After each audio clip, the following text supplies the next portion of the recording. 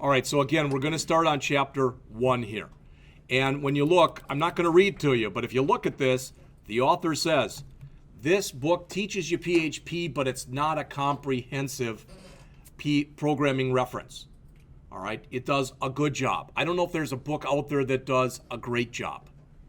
All right, I've used other books that I think are maybe better written, but they don't have the material, and some that might have more material but aren't as well written. Okay. Again, as always, they go through there and they go through some of the history of PHP. It's not that important. Does anybody know what PHP originally stood for? You probably do, Mike. What? Yes. Oh, did you look it up? Okay. Because what was his name? Lazarus or something like that. The guy who created the language wanted to create a language because he had his resume out there, and he wanted to be able to update it on the fly from any place. So he created his own language, and he called it Personal Homepage. Now it basically stands for PHP Hypertext Processor. All right, it doesn't really mean anything. The first P doesn't mean anything. The P is PHP. All right. Now, notice as it says, you can embed PHP into HTML, just like you can embed HTML into PHP. It's a scripting language. All right. What PHP is not on the next page here, it's not JavaScript. Okay?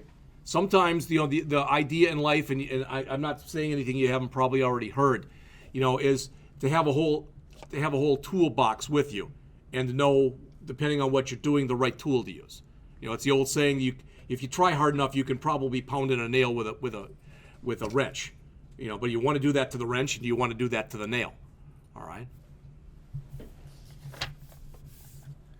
So he tries to sell you on why you should use PHP. Hey, it's popular, it works, it makes sense. It's not the most difficult language in the world to use. It's free, it's easy to learn, it's easy to use, it's cross-platform. I've had people who have taken this class and they've done all their work online at home on a Mac. They've given me their stuff, literally, and I've run it, and I haven't had to change anything. It works fine, even though they did it on a Mac. Okay. Good thing Travis isn't here. Travis thinks that Mac is a 4-letter word now. All right. So they show you on the next page how PHP works. I'm not going to go through this with you. You can look at it yourselves.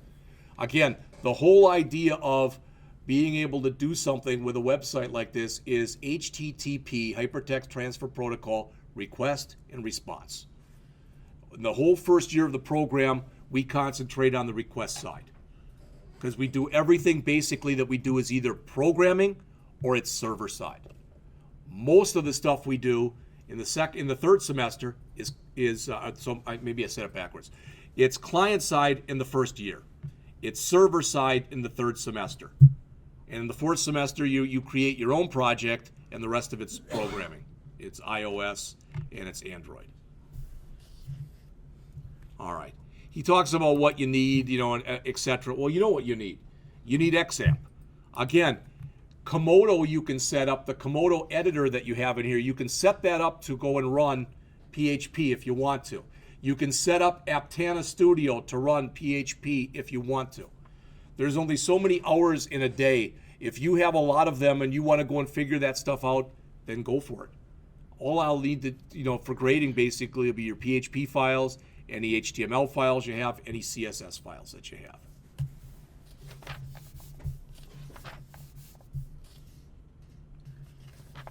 All right, I'm just going to jump all the way out to chapter 1 here because there's not much more in there. So, as it says, the chapter gives you the fundamentals of HTML and PHP and how they work together, so you can see this. I don't see the need to go over basic HTML syntax. Again, if you have forgotten it, then go back and read this, or go back and read your 157 book or books from last year, or go to W3 Schools. All right. So we all know basic HTML syntax. So again, no reason to go over that. They give you basic CSS on page 3. No reason to go over that. All right.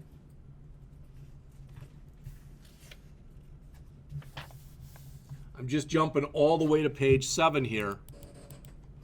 Basic PHP syntax. You've already heard this. Everything you do in PHP has to go between PHP tags. Oftentimes, if you only write one line of code, you write it the way that it's shown there, where you don't put the tags on separate lines. You just, so that example that I gave you before, the one that we looked at, this one, totally fine to write it like this. A lot of times you see it written like that. There's no advantage or disadvantage to doing it one way or the other. It's not going to run any faster that way as opposed to the way that I showed you. So whatever way makes more sense for you. Of course, if you got multiple lines, you really should put those things on their own line. Okay.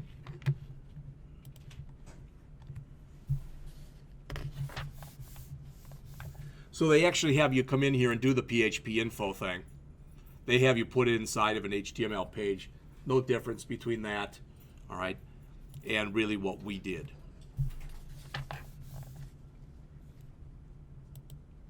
Does everybody in this room, do you all know what FTP is? All right, have you worked with FTP before? I know some of you, especially who are working on your internships, you've done work with FTP. FTP is the File Transfer Protocol. It's a way that you can copy information typically from a local machine to a server someplace. All right, and it's more than that because sometimes you can have an anonymous login where you just go out to a site and you can FTP things. In that case, if you're signed in anonymously, you can typically go out to a website and you can download stuff from there. But if you're going in there and you're going in anonymously, you can't upload because they don't know who you are, type of an idea. All right. But with a lot of programs like FileZilla, which is one of the things that we have available for us in XAMPP, what it'll do is it takes your screen and it splits it into two. And on the left-hand side, it shows your local machine, and on the right-hand side, it shows the directory structure of your local machine, and on the right-hand side, it shows the directory structure of your web server. And you can drag files from one to the other. All right, that's quite often that's how you use it. There's other ways that you can do it also. So there's some FTP on 10 and 11. Okay. On page 12, he talks about, well, you want to test your script. Here's an idea. There's a kind of a neat package out there called XAMPP that you can use. I want you to know, just so you're aware of it, there's XAMPP, which and there is actually our XAMPP versions for Linux, for Windows, and for Mac. All right. There's also WAMP, which is Windows specific. There's also MAMP, which is Mac specific. All right, LAMP doesn't mean it wouldn't be a Linux specific. I don't know if there is one just for Linux. All right.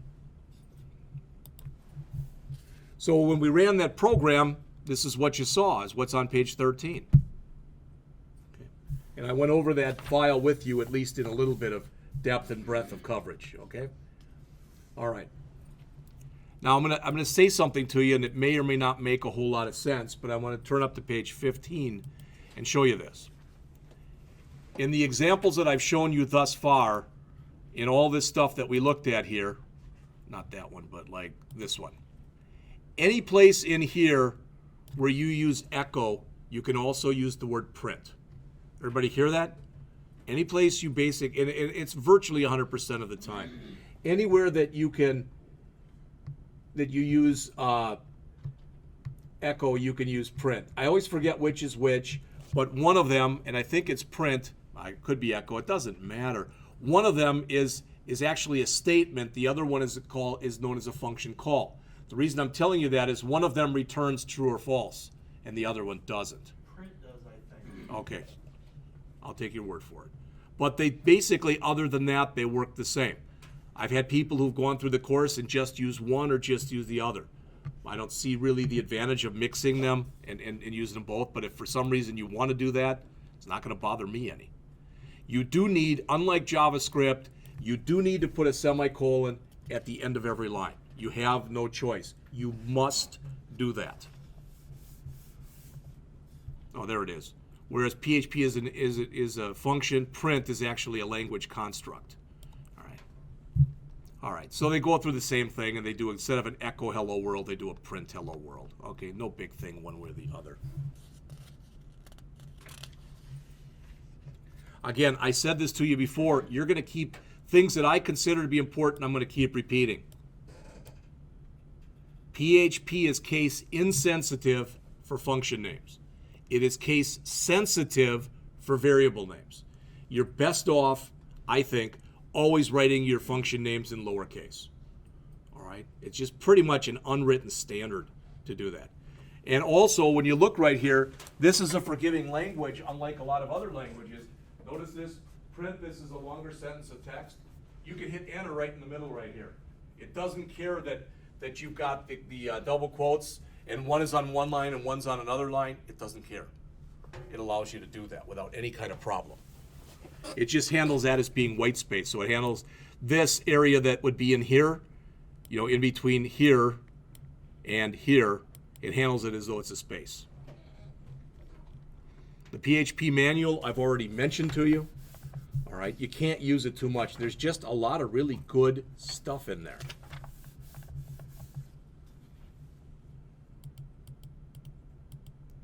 Sending HTML to the browser, I'm on page 22 here. The author says you can use PHP to send HTML tags to the browser. This is what I mentioned before. If you put that into a PHP file, all right, I'm going to grab that. Well, let me copy here. Good.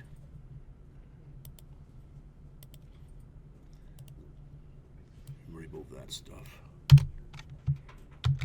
All right. This will print hello world, and it'll print it in bold. Does that make sense to everyone? Okay. I don't know why you would do this, but sometimes you see people intermix this stuff. So in other words, sometimes, like you saw earlier with the example that I gave you here. So we are inside of HTML. We're shelling out to go into PHP to do this. Then we're out of PHP and we're back into HTML. So you can do this any way that you're comfortable doing it. As far as using, you know, putting your HTML inside of PHP, or shelling out, or coming back into it, whatever way makes the most sense to you. The bottom line is, in all seriousness, it doesn't work. All right?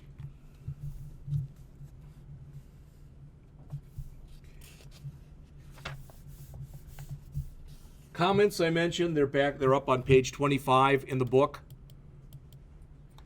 As I mentioned, single quote comment, either // and I don't need there, or you can use the £, multi-line /*, ending with */.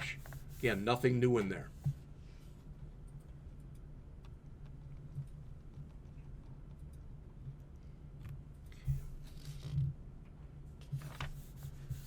Last thing that he mentions in Chapter 1, you've heard a lot of this stuff already, but when you're debugging a PHP program, I already mentioned this.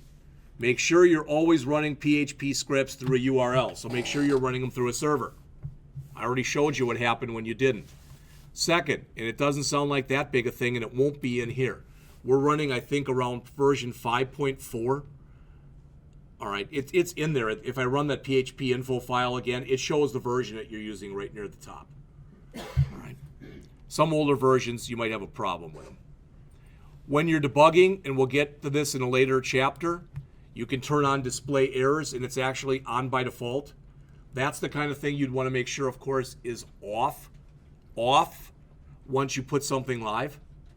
So sometimes what people do is they put a bunch of code in there, and they've got a flag that's called debug. All right, so they'll create a constant that's called maybe debug.